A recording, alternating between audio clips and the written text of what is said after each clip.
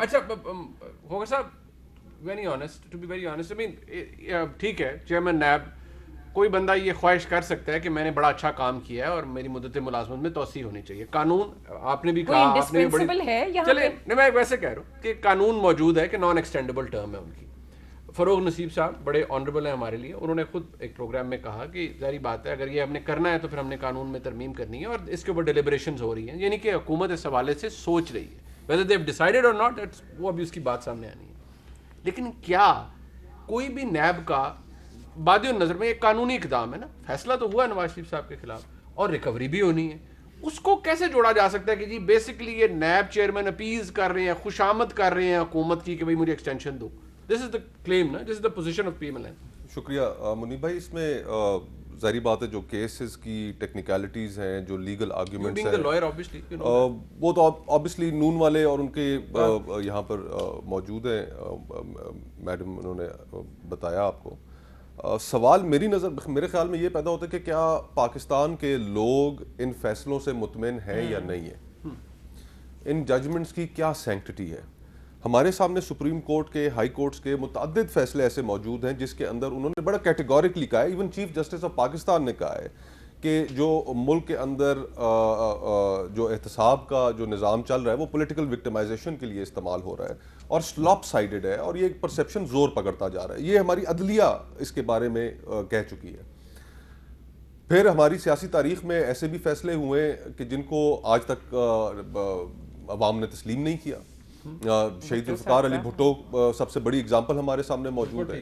پھر اسی طرح مارشل لاء دور میں پاکستان پیپلز پارٹی دیگر سیاسی جماعتوں کے خلاف بڑے فیصلے ہوئے, لیکن وہ لوگوں نے تسلیم نہیں کیے کیونکہ نظر آ رہا تھا کہ اس کے اندر پولیٹیکل انجینئرنگ ہو رہی ہے, وکٹمائزیشن ہے. ابھی چند دن پہلے کنٹونمنٹ بورڈ کے الیکشنز ہوئے. اگر ہم یہ تسلیم کر لیں کہ یہ ججمنٹ بالکل صحیح ہے, قانون کے مطابق ہے, آئین کے مطابق ہے, تو یہ ایک پرسیپشن اس سے بڑا جو موجود ہے اس کی وجہ سے مسلم لیگ نون جو ہے وہ کنٹونمنٹ بورڈ کے الیکشن جیت گئی. بالکل نہیں جیتنے چاہیے تھے. تو مطلب آپ کیا کہتے ہیں اگر لوگ واقعی اس پر اعتبار کرتے ہیں تو ہمارا جو سب سے بڑا المیہ ہے منیب بھائی میرے خیال میں وہ یہ ہے کہ ہم پچھلے 72-73 سال سے احتساب کو ہم سیاسی انتقام کے لیے استعمال کرتے رہے. پاکستان دنیا کے کرپٹ ترین ممالک میں ہے, یہ ایک حقیقت ہے. پی ٹی آئی کا بہت بڑا نعرہ تھا اس ملک سے کرپشن کو ختم کرنے کا. کر رہے ہیں. پاکستان کی رینکنگز وہی ٹرانسپیرنسی انٹرنیشنل جو کہتی تھی, جو عمران خان صاحب اپنی پریس کانفرنسز میں ان کی رپورٹ لہرایا کرتے تھے کہ دیکھو 114 نمبر پر پاکستان آ گیا. ان کا بگیسٹ کلیم یہ ہمارا وزیر اعظم کرپٹ نہیں ہے. نہیں صحیح. اچھا میں اس کی طرف بھی آتا ہوں. جی تو آج پاکستان کی رینکنگز گر گئی ہیں, پاکستان مزید کرپٹ ہو گیا. کیا آپ بتائیے ایک عام آدمی کے لیے تھانے میں کرپشن ختم ہو گئی ہے, کیا تحصیل میں کرپشن ختم ہو گئی ہے, محکمہ مال میں کرپشن ختم ہو گئی ہے. کرپشن تو کہیں ختم نہیں ہوئی اور وہی رینکنگز میں ہم بد سے بدترین ہو گئے. تو ہم نے پچھلے 70-72 سالوں میں اس کرپشن کو ہم نے استعمال کیا ہے سیاسی نعروں کے طور پہ, ڈکٹیٹرز نے استعمال کیا ہے, پولیٹیکل لیڈرز نے استعمال کیا ہے. تو ہمیں ایک چیز کے اوپر تو ایک کنسنسس ایز اے نیشن کرنا پڑے گا کہ دیکھیں جہاں پہ بھی ٹیکس پیئر کا پیسہ جا رہا ہے, جو ماچس کی ڈبی بھی خرید رہا ہے, جو پانی کی بوتل بھی خرید رہا ہے, بچے کے لیے دودھ بھی خرید رہا ہے, وہ اس پہ ٹیکس دے رہا ہے. بالکل ٹھیک. جو اپنی موٹر سائیکل کے اندر پیٹرول ڈلوا رہا ہے وہ ٹیکس دے رہا ہے.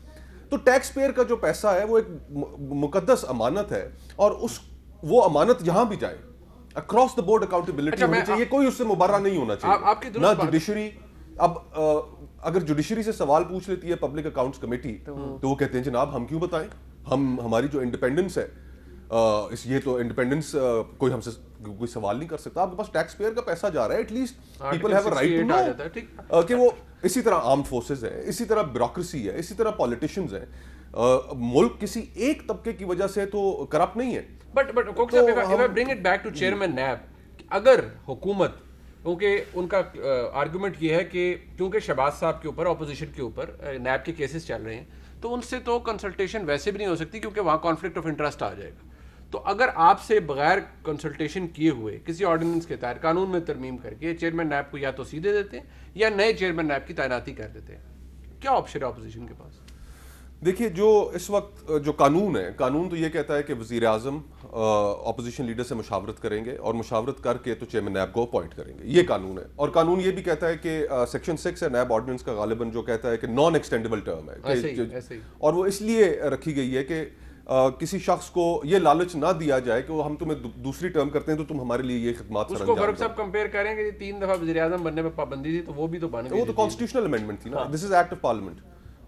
وہ کانسٹیٹیوشن کے اندر ایک چیز تھی اور اس کو 18th امینڈمنٹ میں اس کے اندر ایک تمام ایک کنسنسس کے ساتھ تمام پولیٹیکل پارٹیز میں ایک چیز جو اس میں ہمیں یاد رکھنے کی ضرورت ہے کہ وہ ایک پولیٹیکل کنسنسس کے ساتھ 18th امینڈمنٹ ہوئی تھی.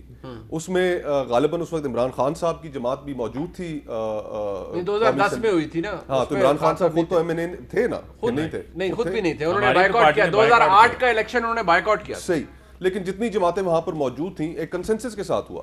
اور بہت سی ایسی چیزیں بھی ہیں 18th امینڈمنٹ کی جن سے میرا بھائی جو ہے وہ ایگری کرتے ہیں. ہم سمجھتے ہیں کہ ایک پولیٹیکل پروسیس ہے، اس میں جو چیزیں کنسنسس کے ساتھ ہوں بہتر ہے. لیکن اب اگر حکومت اس طرح کرتی ہے کہ نان ایکسٹینڈیبل جو واضح طور پہ لکھا ہوا ہے اس کو آرڈیننس کے ذریعے بدلاتی ہے، ہم اس کے اوپر احتجاج کریں گے. پھر اس کے بعد ہمارے پاس عدالتوں کے آپشنز کھلے ہیں، ہم عدالتوں میں چیلنج کر سکتے ہیں. یہ ساری آپشنز تو ہمارے سامنے سر دست موجود ہیں. اب پولیٹیکل پارٹیز جیسے فیصلہ کریں گی، سیاسی قیادتیں فیصلہ کریں گی.